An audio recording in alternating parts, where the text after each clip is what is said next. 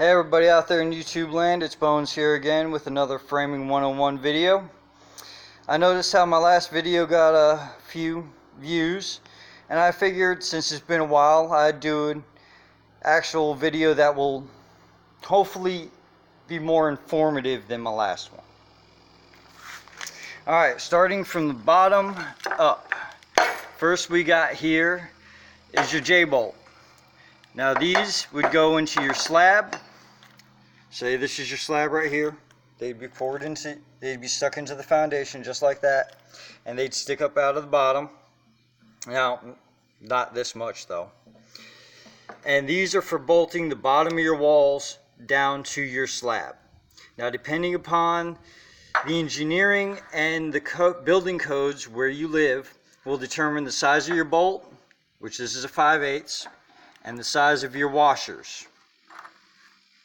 Right here, and then we just got a standard bolt right down there, or nut right down there. And then over there, if you look in the corner, you can see two more bolts and another one right here. Now what you do is you come 8 inches off of the corner of your wall. Well, in this case it would be the inside of the block. If it was the outside of the wall, it would be from the outside of the wall here. If it was a corner like that, it'd be from the outside of the wall, like here. Alright, you come 8 inches in, you put your first bolt, and then you go 4 foot to your next one. Now again, it depends upon your building code and the engineering of the house, because some of them are closer together, some of them are farther apart. And you'll see where they came 8 inches off the outside of that wall and put that bolt there. Now there's supposed to be another one right there, which I do not have to show you at this moment. Alright, and you'll see some SP4s right there on the bottom of those stud packs. I'll show you those here in a minute. Alright, moving on.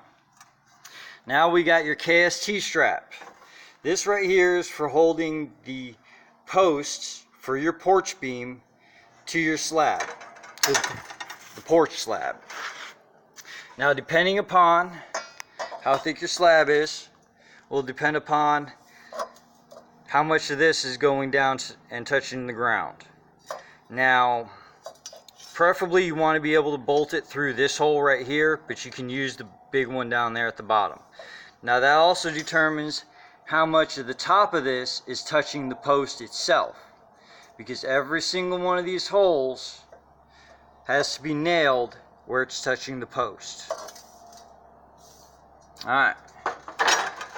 There are also some other applications for these, but that's the basic application we use these for. Next we have your SP4. These, as you seen a minute ago, go at the bottom of your walls and at the top of your walls.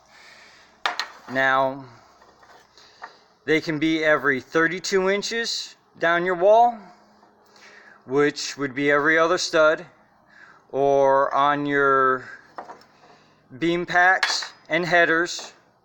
And if they're on your headers, depending upon how long it is, you're going to get none of these in the middle of the header, a bunch in the middle of the header like the garage door header right there,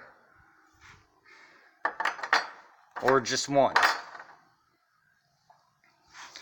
Now, they would also be spaced every 32 inches down the header, like those are right there.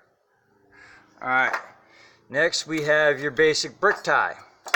These go on the exterior of your walls and get nailed to every stud. And they get placed 16 inches apart up and down the wall. Now, you can start at the top and pull down 16 inches. If you do that, or you can start at the bottom and pull up 16 inches. Now, if you start at the top and pull down 16 inches, if this run right here isn't at the very bottom of your wall, and regardless of the gap right there, if it's less than 16 inches, you still need to have one of these at the very bottom of your wall. Alright, next is your flat strap.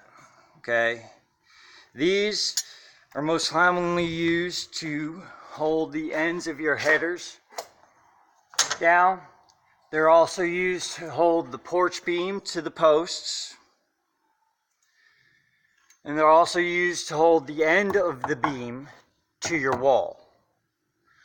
Now, on the outside of this, if this was the beam and this was the outside, there'd be plywood right here, and then this would be on the outside of the plywood nailed to it.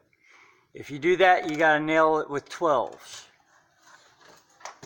Now, if it's sitting in the middle of the wall and the end of the beam is exposed, they'd go in there just like this on the end of the beam.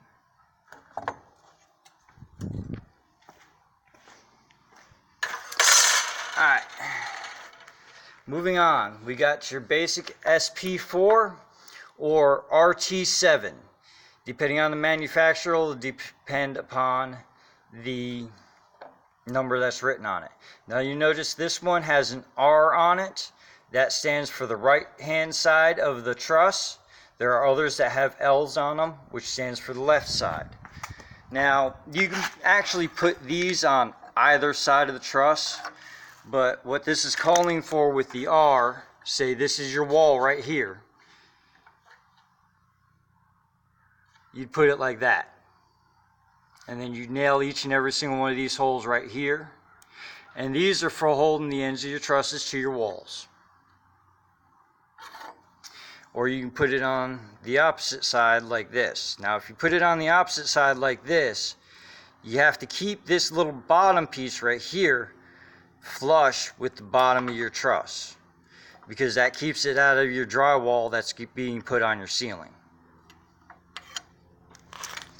This is a twist strap, which is pretty much just an oversized one of these. We also used flat straps for connecting our valleys. I don't know if you can actually see it from here, see the ridge from here to the roof, the bottom of our cut-in valleys to the roof. Yeah, you can't really quite see it. There you go. There's the ridge right there. But yeah, that's got some rafters coming off of it down to the top of the roof right there, and then these are going through the roof to hold the bottoms of those to the roof.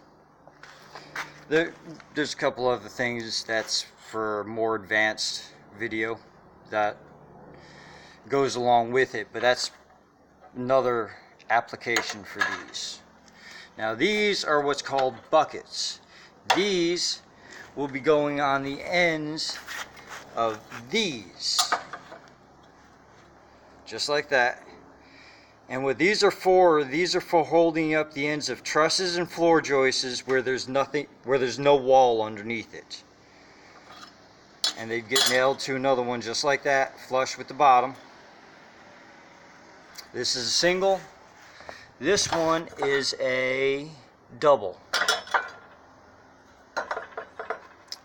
So 2 trusses would sit in this. And these get nailed to that big fat one right there. Now, next we have your plywood clip. This right here is pretty much a spacer for the plywood on your roof. I don't know if you can see one right there in the middle. These also hold, wherever there's no trusses, the seams together as well. Now, all of this right here is dependent upon the engineering of your house. How many of these and how far apart they're spaced is determined by the building code. And there's also a piece of all thread that attaches to the top of this that helps bolt the top of the wall down to the bottom of it. Again, it all depends upon your building codes and what your house has been engineered for. Well, thank you for sticking with me till the end. If you've learned something or found this entertaining, please hit the thumbs up button. If you'd like to see more of these videos, please hit the subscribe button. Thumbs up lets me know to keep making these. Subscribe button lets you keep watching them. Well, again, thank you for sticking with me till the end. I'm Bones, you are whoever you are, and I am out of here.